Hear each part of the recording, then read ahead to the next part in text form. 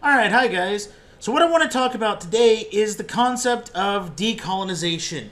And, this is actually part of Vietnam, or rather I should say Vietnam is part of decolonization. But really that's what affects, that's where our major influence.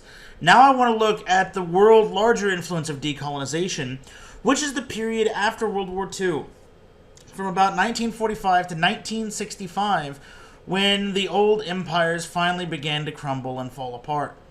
And so what I want to do is I want to talk a little bit about colonization, how it happens, why it happens, and then why eventually after the Second World War it just crumbles under its own weight. And understand, there's a difference when we talk about colonization, colony, we're meaning colonialism, but there's a difference between colonialism and what you might call old imperialism and the concept of new imperialism. However, both are going to die in decolonization. With colonialism, so about, the 15th through 18th century, so again, Columbus sailed the ocean blue, 1492, all the way through the end of the 1700s, what we're going to see is Europe primarily wants to focus on settlement and expansion. So this would be cases of how we got our start, of Britain going to North America, creating colonies, Spain creating colonies. You probably remember from your 1103s, the 3 Gs, gold, glory, God. This idea, go, find wealth, find glory for yourself, spread the ideas of Catholicism in the case of the Spanish, and then bring that wealth of gold back into the empire.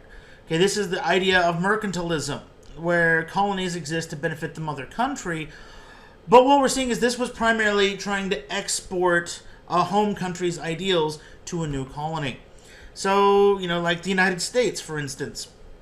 We are largely the descendants of those British colonies. Yes, we've got, the Spanish Southwest, but our legal system, our governmental system begins from our origins as a British colony. However, new imperialism, which starts around about 1850, 1860, is entirely different. This is more geared towards exploitation instead of settlement. Now, clearly the American colonies, for instance, were, and India, Africa, etc., were exploited under the guise of old colonialism. But whereas in North America, you want to create a type of new Spain, a new France, a new Britain, okay, and back in the 18th century. What we want to do now under the guise of new imperialism is to create colonies where we're not going to export stuff, but rather we want to plunder as much resource as we possibly can. And so it's under the things such as the scramble for Africa or the carving up of China. What we're going to see is Europe just goes in and tries to get its fill. And so what you're going to see is, like here, colonialism 1914, which this is, and again, they'll still call it colonialism. So understand these terms, unfortunately, are kind of fluid. But understand that for our purposes, we want to talk about new imperialism, which would be that stuff extant from the 19th century through the end of World War II. You're going to see British colonies, Belgian colonies, French colonies, Italian colonies, Portuguese, Spanish, German. Very few things, okay, very, very few would actually be independent. It's just not that much stuff. We're going to see in the case of China, where even though right now you've got the Qing dynasty, which technically is, the ruling elite of China, it's not what we would consider a unified country. And so what that has the effect of doing is European powers can come in and can literally purchase cities, purchase railroads, purchase stuff, and own it as if it was theirs, and then extract the resources. This is very brutal for the people who are living there. This does not benefit them, although you're going to get the concept of the white man's burden, which comes from an old Rudyard Kipling play, or rather book, I should say. And the concept of the white man's burden is simple. This is how they tried to rationalize what they're doing. That, well, we're bringing civilization to the dark corners of Africa, or, we're going to civilize the Asian populace of the world. And I wish I had remembered to put it in here. I don't know why I didn't, because I'm an idiot. But there's look for a thing called Pear's Soap, White Man's Burden. And what that is It was a soap ad from the early 20th century, but it really cements the idea of the white man's burden. This idea that you can have a soap, and it said, the world is yearning for the soap, they want to get clean, whatever. And the idea was simple. You could go to the Philippines if you were the United States. You could go to Algeria if you were France. You could go to Libya if you were Italian. You could go to India if you were British. You could go to China if you were Japanese. And then wash the people there with this soap. And it didn't matter how Asian or how black or whatever. Poof. They're going to look just like you at the end of it. Of course, that's not true. And that's not even what imperialism does. Because in this stage, imperialism is mostly about the acquisition of wealth for the foreign country. Or for the home country. So understand, this is mostly done by European nations. Japan will get involved. The United States, most we're going to do is about the Philippines. But understand, it's brutal. It's violent. These wars that are going to be fought over empire are particularly bloody in many cases because you're going to have, you might, what is it, Rudyard Kipling, or not, it wasn't Rudyard Kipling, it was somebody else, said of a British colonial war. And I'll just click here. Whatever happens, worry not, for we have the Maxim gun, and they have not. Okay, if you've got machine guns, smokeless rifles, repeating rifles, you're often fighting an enemy with spears, bow and arrows, at best maybe trade muskets. It's a one-handed contest. It's a one-sided contest. It's not going to work. That's why you can get things like this for Britain.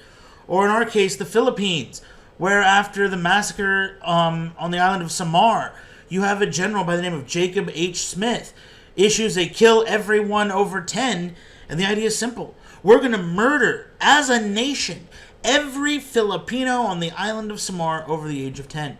The idea is simple. Be harsh, be brutal, maybe they'll quit. I wish I could tell you, because again, this idea, especially with, and this fits in well with why I will often call this America's First Vietnam. We want this idea we're the good guys, that we don't do anything. I want to tell you, I wish I could tell you, that American troops said, hell no, we're not going to shoot 10-year-old boys in the back of the head. But they do. And thousands of Filipinos are going to die before finally the army says, actually, this is kind of bad and we're going to court-martial and get this guy out of the army. The fact is, in these wars for empire, there's always a racist component. This idea of, we are white or we are civilized or whatever, they're savage, which is why things like in the Congo, even tiny little Belgium, will be particularly brutal, where they would pay people, okay, go kill a certain number of tribesmen or insurrectionists or whatever, and the idea was, okay, this is how we're going to put down these rebellions. Well, what people started learning is what the Belgians demanded as proof you had killed somebody was a hand. Okay, the idea is you kill them, chop off your hand, you present that, and you get payment. So what the Belgians start doing? Oh, hi, what a nice day, you chop your hand off, leave you to rot, and then go take the hand and go get, whatever, like $5, whatever the reward was. This is particularly brutal. There's a reason why the title of one of my favorite books over what goes on with the Herero in Namibia is called Absolute Destruction. Because in many cases, this is near genocide. Starving people out. Killing them, starving out, doing whatever they can to break the will of the inhabited people, the native people. So why am I talking about all this? Because imagine the sort of brutality, okay, of just wanton violence, rape, murder. Imagine years, decades. The British, there was an old joke, the sun never set on the British Empire. And if you're an old Sliders fan from the 90s, why? Because God doesn't trust them in the dark. But imagine you have a huge empire. Okay, they're all funneling resources back into the mother country. If you're already getting wealthy, why are you going to spend money to help them? Sure, some money does get spent. There are some improvements made. But this is not nearly like what we'd see with old imperialism. Okay, British people come to North America and they're going to build up these 13 colonies. That's not what happens. So what we're going to see is these local places have poor infrastructure, a legacy of hatred towards the West, a legacy of violence, horrible political systems, and poof, decolonization. All right, well, sorry, Congo, for what happened, but hey, you're a free nation now, have fun. Well, can you give us help? Can you give us supplies? No, you're a free nation. Philippines, same thing. So we're sorry about that whole Philippine-American War, but hey, I came through and I shall return in World War II, 1946. You're a free nation. Namibia, sorry about that, but hey, we lost the colony in World War I, so it's not our problem now. Enjoy being a new nation. And that's what's going to happen with decolonization. This is fairly abrupt. And in many cases, this is not something that goes quietly into that night. What is it, to quote Winston Churchill? I did not become Prime Minister to oversee the collapse of the British Empire. The fact is, Europe does not want to give up these empires. And we see that with Vietnam. That's why I mentioned Vietnam and talked about our example first, to give a real good in-depth case study of, what this kind of decolonization is going to be like. Vietnam is the worst, but this scenario is going to be repeated over and over and over and over, because this then is decolonization mated to the Cold War. Those old empires can no longer afford these states. They might have lost them because of the war. They might not have the political influence, whatever. They're going to create new nations to the tune of 36 new nations in 15 years. Some will be peaceful, some they'll say, hey, you've got this. Others, we're going to see the rise of revolution, national liberation fronts coming in. And the sad thing is, this is what the Cold War does. The Cold War, okay, why do we, as the United States, why do we have an issue about revolution? Think about it. We today celebrate our American Revolution, July 4th, 1776. What do? We get firecrackers and we blow stuff up in celebration. I'm not ashamed to admit I've got a crescent moon scar right here because I'm an idiot with fireworks. But America, the fact is, we celebrate a revolution. But Cold War, now we're afraid of the status quo.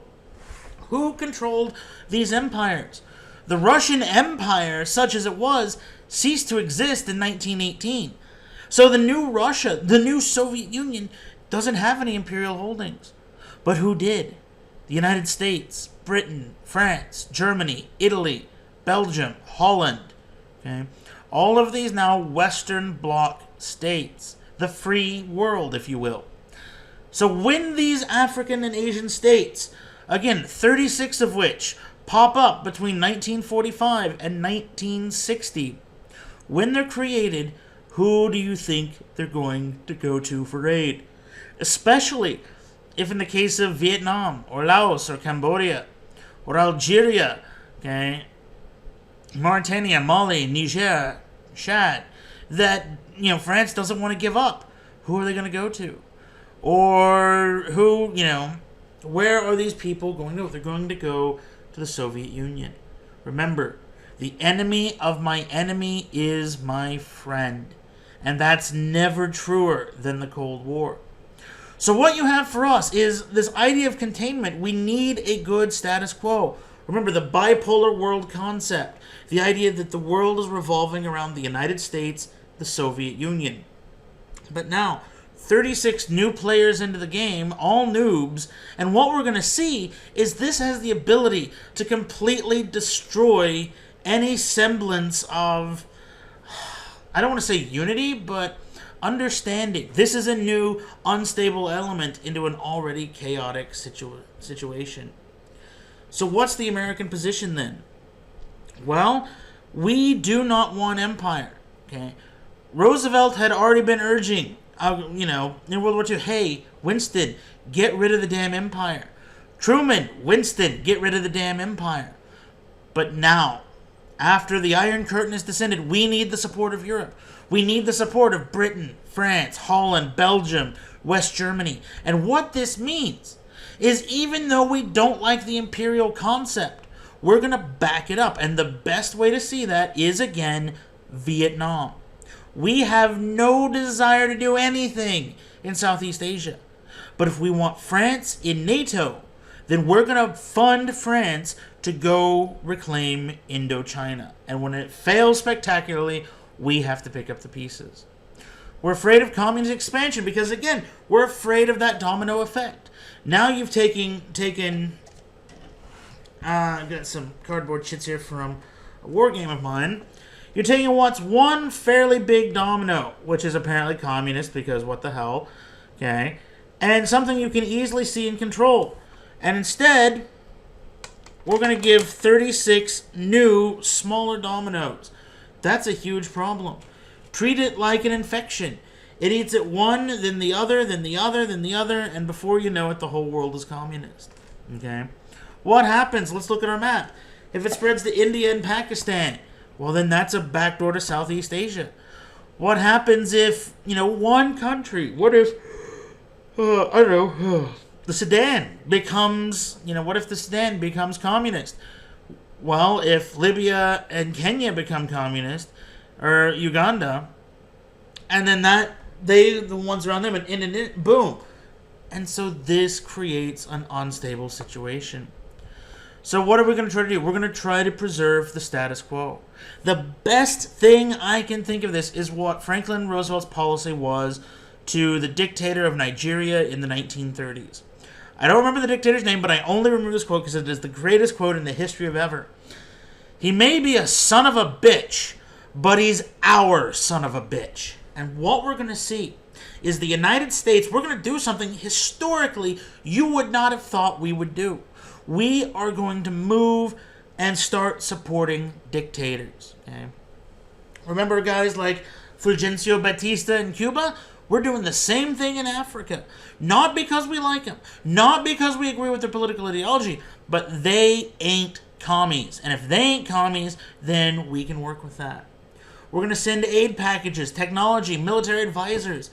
As we start developing new stuff, we're going to sell off all our old World War II crap. Hey, Africa, here's some Sherman tanks, here's some Garand rifles, machine guns, whatever. We either want to prevent decolonization, and what we mean by that is we want to try to keep these colonies from breaking away, or we want to make sure that the free world gets in there, supports them, and we do everything we can to keep them from falling under the sway of the communists. So what we're going to see from all that then is, again, that dichotomy we talked about of the first, second, third world, way back at the beginning of the course. Well, that's what we're going to see here. When we think of the third world, we think of a lot of Asia, we think of a lot of Africa. But these were often the unaligned nations. And so it's this now, in the 1960s, becomes the new military battleground. Because whoever can get the most sway and influence here could, in theory, win any sort of global nuclear exchange. And so what we're going to see is in this third world, world territory is just going to explode. Okay? Remember that bipolar narrative? Well, let's look at the United Nations. 35 members in 1946. The UN Security Council. Why are Russia, why are China on that? Because they were members of the Allied Powers. We never planned, for a Cold War. But, oops, we have one. 35 in 1946. 127 in 1970. Here's your East-West competition. Many of these states are going, again, be anti-West, anti-imperial. And the Soviets love to play that up, play the idea of, if, depend upon the propaganda piece, we were communists, or if we weren't communists, we'd be imperialists. Why? Because they would say, well, look, they backed Britain. Britain owned half of Africa, so why is your country poor? It's because of George W. Bush. I mean, it's because of America. It's because of the United States. And so these countries, and also these countries that just broke away, would say, I know what British rule is like. America backs Britain. Let's go see what the Soviets will do for us. Maybe they will help keep us free. And thus we get the creation of the National Liberation Front. And the National Liberation Front or you might see it more. That's what we call the North Vietnamese. You might hear it National Liberation Movement. But these are those ethnic nationalist groups that come in and try to say, no, we want Kenya for the Kenyans, Uganda for the Ugandans, Congo for the Congo, things like that. Now, interestingly, when this happened to Europe in 1848, they were treated about the same as they'll be treated in 1948. The fact is, in 1920, we like the idea of ethnic nationalism. We like the idea, okay, let's bust up the Austro-Hungarian Empire, and if the Czechs want their own nation, give it to them. The Poles want their own nation, give it to them. Not so in the era of the Cold War, because these national liberation movements tended to have three key similarities, and these were the guys that were often, championing the, hey, we've got to create our own, independent new nation. We have to break away from the mother country. In many cases, it's going to be a leftist ideology. It may not fully be communist, but it's enough that the communists would not mind actually supporting them. It's far, I guess for you, this way is left. It's far enough to the left that the communists can deal with it. In many cases, they're going to be supplied by the Soviet Union, and especially after 1960, this becomes now a new arena for the Chinese as well.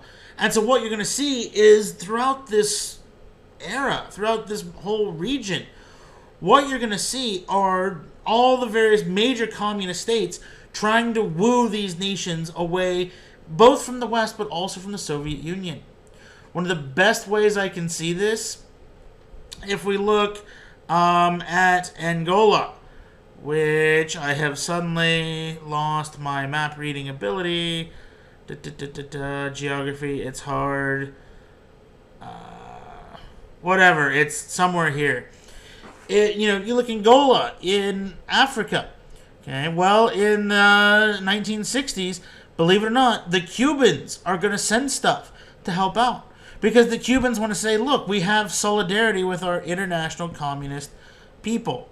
And so what we're going to see then is, because communists have no problem, throwing aid into Africa, because China, the Soviet Union, even Cuba are competing, we're going to view these national liberation fronts as, we're going to view them skeptically, and we're going to be afraid of them. Now, in addition, many of these fronts are against the government set up by the mother country. Believe it or not, the mother country would not just simply say, buy. It would say, here's a provisional government. Here's how we think your nation should be organized. Now buy. These NLFs want to challenge all of those governments. And so what you're going to see is, definitely when we get into Odd, Orn, Wistad, these are those proxy wars that are just going to sweep the world. Because here, once again, you have the ability for the United States and the Soviet Union to combat each other, but not in a way that will resort to open nuclear warfare. But the role of the communists cannot be understated in these founding movements. Here's a China one. And what you're going to see out of this China are a couple of interesting things. Very clearly Asian. The weapons appear to be Japanese Arisaka carbines. But if you notice, again, black, whites, and with the black, that chain of slavery. Okay, they're trying to show solidarity even with black people. They're trying to look beyond the singular state and almost tap into that old school Comintern, international communist meta-narrative of all the communist states. Here's one Dominican from the Dominican Republic, and it's the same basic premise. People from all aspects of society.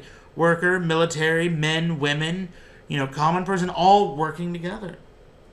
And if you notice, whereas this one has, obviously they would be using captured Japanese arms, which is what you would expect from a Chinese Civil War poster. This one, however, we can already start to see the influence of communist weapons. The AK to the top, probably an SKS in the middle, and this is going to become such a deciding factor in the third world, that if you look at the flag of Mozambique, that it doesn't get much more communist than this? Well, communist and reformed communist. A book symbolizing education. A farm implement symbolizing the worker, the farmer. Okay, you've got your typical, star and red stuff because, you got to have commies, but also the Avtomat Kalashnikova, the AK-47, which by 1960, okay, and from, probably 1965 on, is going to become ubiquitous, okay, as the gun, the go-to weapon for these national liberation fronts. Because the Soviets this is literally the most produced firearm in history. And the Soviets and the Chinese are going to distribute this thing to anybody who wants them. Look at us. We're going to give, I mentioned how we're talking about aid packages, stuff like that. We'll give food, we'll give education, we'll give factories, we'll give, factory implements, we'll give advisors.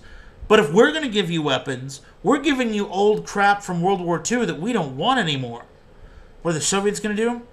Here's an AK-47 that our own guys are using. We're going to show solidarity with you. Here's something that I would put in the hands of, my own soldier. And that especially works even after 1974, when the Soviets come out with the AK-74, which rechambers the standard round from 7.62 Soviet to 5.45 Soviet. It's still the same basic gun. So, whereas, for those people, we're going to help. And when we help the third world. And so very clearly, you can almost say racist in the sense of we don't view them as the same. We don't view them as co-equals. We're just doing this because there's benefit to us. With the Soviets, they're trying to engineer, look, we'll give you top-of-the-line stuff. So, look, we have common cause. We all don't like the imperialist. We're all going to fight the anti-imperialist. And that's amazingly successful. So what does this leave in terms of proxy wars? Well, the big one I want to talk about right now will be the Malayan Emergency, which is one of my favorite conflicts in history because of how it starts. This is as close to Britain's going to get to in Vietnam.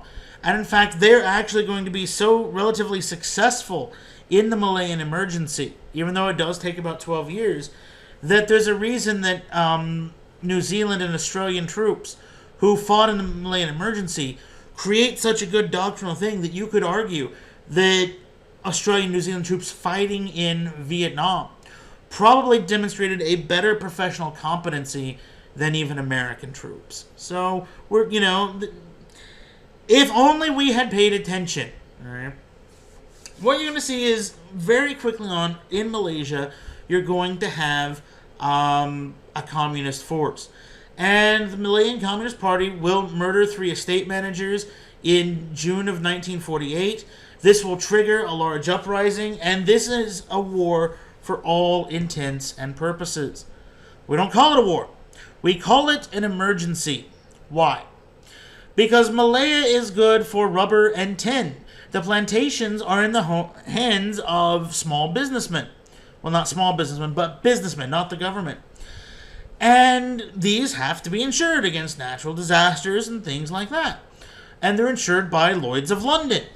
Well, the thing is, if this would be a war, then what would happen is, there's no way an insurance can pay for war damages. So if this were a war and a major civil war broke out, then if those rubber and tin plantations were destroyed, they would lose their money. So they pressure the government, call it an emergency, fight it out, use bombers, planes, whatever, but don't call it a war.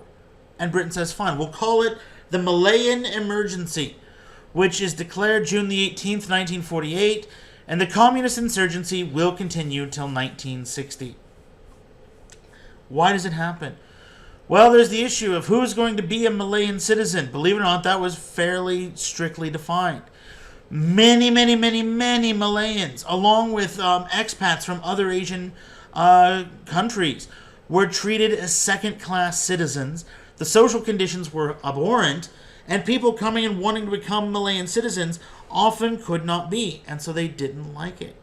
And the economy, thanks to World War II, was pretty much in the toilet. So they rise up, they try to fight where they want to overthrow. And the British respond. And by the end of the war, I mean, it's not unlike what you would see in Vietnam. The use of helicopters, the use of search and destroys. The British really quickly are going to learn that large formations of troops are not effective in a jungle counterinsurgency. You have to use smaller, squads, patrols, things like that. You're going to see the usage of British troops, New Zealand troops, Australian troops who will bring armored cars because why not? And what you're going to see is, and this should sound familiar, 1951, the beginning of a Hearts and Minds campaign. And what you're going to see is, again, this is going to be a lot like Vietnam because the British themselves are going to fail at the concepts of hearts and minds. The British are going to use Agent Orange just like we do. They're going to resort to ambushes just like we do. Again, this is like Vietnam, but on a smaller, less deadly scale. And the British are also going to resort to war crimes, such as the Batang Kali massacre, December 12, 1948, where, numbers of civilians are just going to be butchered. But nowhere in the quantities that ours are, that we do. Nowhere, when they use Agent Orange, nowhere in the quantities we do. When they use airplanes, I don't know why I'm yawning. Russian hacking, wrong.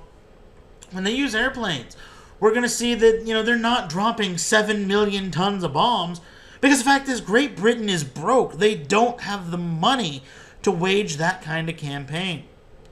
The insurgency will be over by 1960. It'll reignite in 67, keep going around for another 23 years. But because the British response is so relatively limited, they can never fully stop it. They can never fully put it down. Why then do we want to mention this? Because although the British are more effective, we can see this trait in Malaya, in Indonesia, in most countries. The fact is, those national liberation fronts, those national liberation movements, I should say, these speak to the people. The Soviets have a very good ability to say, we understand you. We understand what you want. We understand you don't like colonial rule. We understand you want independence. But that's something Britain still cannot. Because Britain still wants to see this as an imperial holding, that they need that rubber, they need that tin, and they are not going to compromise. Let's see. I'm going to see, Australian protest. No Aussies for McDonald's firing squad. Australia doesn't want a warmonger. The fact is, after, these massacres and things come out, you're going to see that people, and especially in Australia, did not like it. We're going to see, again, small scale, but you see the same stuff. Okay? Butcher of Malayan Democrats. People didn't want to necessarily link it to the communists, even though we know that China, the Soviet Union, and Indonesia were all supplying Malaya. So what does all of this mean? It means that, why is this radically different than Vietnam? Money. Now, it's just simple as that, money. We are better off than Britain. We can afford for a larger war. We can put in boots on the ground in the quantities needed to fight it, although not successfully. The British can't, which is why Vietnam, the last lecture I was just saying 54 to 75. I was trying to make it a 21-year long thing. Well, here you're literally looking what? 15. You're looking about 35 years, give or take, of an insurgency. That's just ridiculous. So what does all of this mean? It means that the British Empire cannot support the wave. Imagine, if you will, let's go. My other hobby is, we're going to find out with Unit 3, is space. Okay. Imagine a star. And imagine a star that's just really bloated out. So let's say it's a red giant. Red for the British Empire works. Yay, redcoats. When it can no longer maintain fusion. When there's no longer enough fuel to power it. So think of fuel as money. The whole system crumbles in on itself. And rapidly. And something that was huge, that was big, that if we were to put a red giant in our own solar system, Yeah, I'm recording, and now they're deciding to, hedge trim. Put in our solar system, it would be, if we put where the sun is now, it would be out to probably Jupiter. Okay? This will collapse into something as small around as maybe 20 miles in diameter, a neutron star. That's going to be what happens to Britain. Let's go all the way back to Unit 1. Remember austerity. Remember Britain being broke. So hard up for money that people are having to send in ration books so the Queen of England, rather I should say the future Queen of England, can be able to buy a wedding dress. Okay, so story time. Okay, sorry. My wife is a huge royal fanatic. I mean, I don't know why she's married to an American historian, but loves the Queen. Well, today marks the 414th anniversary of the death of Queen Elizabeth I, way back in 1603. So I Facebooked my wife. I'm a horrible human being, and I said, honey, oh my God, the Queen died. What? Freaks out. She calls me. She's starting to cry, and I'm like, yeah, 404 years ago. Gonna sleep on the couch tonight, but totally worth it. But anyways, okay, so the Queen of England, right? Okay, now the modern one, the one that will probably live forever, just to spite me for that horrible joke, but she can't even pay for her own wedding dress. How then is Britain going to be able to pay for this huge empire? And what we're going to see is with any small, chink in the armor, that's rapidly just going to collapse in on itself. And that's what's going to happen. Transjordan becomes independent. Okay, remember Transjordan, what we call Jordan today. Then 1947, India. And then you'll get India and Pakistan, which we'll talk about in a second. 1948, Burma, Sri Lanka. And then just on and on and on again. And if we go all the way back, I really should have put this map in here again. I don't know why I did. But this is the problem. I plan out lectures, and when I start doing them, I decide to go off on tangents. If we look at this pink stuff, okay, this is Britain, okay? So then Malaya, 63. Libya, which had been Italian, but after the war was part of Britain, 51. Sudan, 56. Nigeria, 60. Ghana, 57. Sierra Leone, 61. Zambia, 64. Botswana, 66. Just on and on and on. If you want a domino effect in this course that actually works and makes sense and fulfills the analogy, that domino effect is not the advance of communism. That domino effect is decolonization. Because when one guy gets freedom, the other guy wants it, then the other guy wants it, and then boom. Now what we're going to see is once Israel was created, 1948, Britain will withdraw from Palestine and be like, okay, guys, you're on your own. And again, imperial rule is a poor preparer for statehood. I am really sorry they're mowing, but we've got to get this lecture out. What we're going to see is, hopefully you've taken some American history classes. Imagine slavery, if you will. I'm not trying to say they were worked as slaves, but it's a good analogy in this sense. You have been a slave your whole life. All you have done is pick cotton for 12, 15 hours a day. Poof, you're free. What do you know how to do? Pick cotton. Except now you have no one to pick cotton for. So what do you do? And the fact is, you don't do much of anything right off the bat.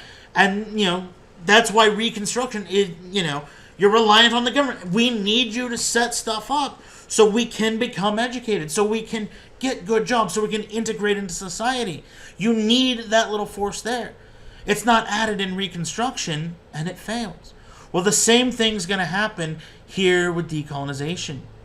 In many cases, Britain does not take India aside and say, here's how to run a functioning state. Here's what you need to do. Instead of just, here you go. We'll set up a government. Have fun. Because it's collapsing so quickly that Britain has to cut its cost, and very quickly. And that's one of the reasons why what we're going to see is, that power vacuum is what instantly creates a third world nation, which then the United States and the Soviet Union are all too happy to start funneling stuff in. And one of the best ways I can see that is just, and this is going to sound stupid, but bear with me, but, fighting over Kashmir in India and Pakistan. We're going to see a war break out 1947 to 1948. In 1962, we're going to get a border war, India v. China. And you would think that, okay, this would be the U.S. and Britain supplying India. But the Soviets also supply India. Or with India and Pakistan, we're going to get, okay, U.S. and Britain will supply India, but they're also going to supply Pakistan. Because at this point, it's all about trying to make a buck. And again, what all of this means is that these countries, as even if they're not necessarily third world nations, they're going to fall victim to the fighting of, they're going to fall victim to what's going on with the Cold War. And it's going to lead to deaths and, chaos that it need not do. So if we're talking then about, again, this legacy of, everybody supplying everybody, creating these wars, Cold War competition, and then the effects of decolonization. As we begin talking about these Indo-Pakistani wars, especially the Sino-Indian War of 1962, one of the best things that I personally think is the best way to show just that continued legacy of colonization is consider this. So 1962, you have the atomic bomb. China is about to explode one, right? You have AK-47s, full auto stuff, but then take this, okay? If you know much about guns, you probably could recognize this as a British Lee Enfield Mark III rifle. This particular one was built at the rifle factory in Ishapur in India. So this is a legacy of British colonization, right? Well, there's not that much really significant about that, except if you look here on the back, this was factory throw repaired in 1967. Okay, this is just after the Sino-Indian War, where the Indians literally had to pop in a new barrel, a bunch of new equipment, a bunch of new furniture, because this thing, built in 1918, was still being used as the primary weapon in the Indian Army well after decolonization. Because the fact is simple. I mean, these states, again, colonization is a poor preparer for, modern statehood. And while the rifle factory, it's still producing stuff today. They don't have native weapons designers. NATO's not willing to share their stuff. Britain's not willing to share their new stuff. Which is why, as China is using those SKSs like what I showed you, or AKs or whatnot, okay, some Indian soldier, I hope, survived carrying this relic from a World War I battlefield in a modern Cold War conflict. And I'm almost certain this had to have been used during the war, because why else would they have repaired it in 1967, 5 years later? My guess is it was just thoroughly worn out. And even when I got it, I mean, it's a complete, it's not a complete mix match of parts. The serialized parts do, match. But, even things like the magazine, very clearly from a different rifle, but it's probably all, that they actually had. We can see in the equipage of what's going on. Okay, if we look at, Pakistani M47 Patton tanks, these would have been during the, fighting over Kashmir. Okay, we're going to see, these are equipped, built in the United States, right? But the Indians are using Sherman 5s, which were given to Britain by the United States during World War II. And they're also using Centurion Mark 5s, which this would have been the standard British main battle tank following the end of the war. We're going to see, the Indians using MiG-21s. And why is this a problem? Mikoyan Guverovich. These are Soviet fighters. So what you have is an Indian army that's literally, and this is what a war with decolonization looks like.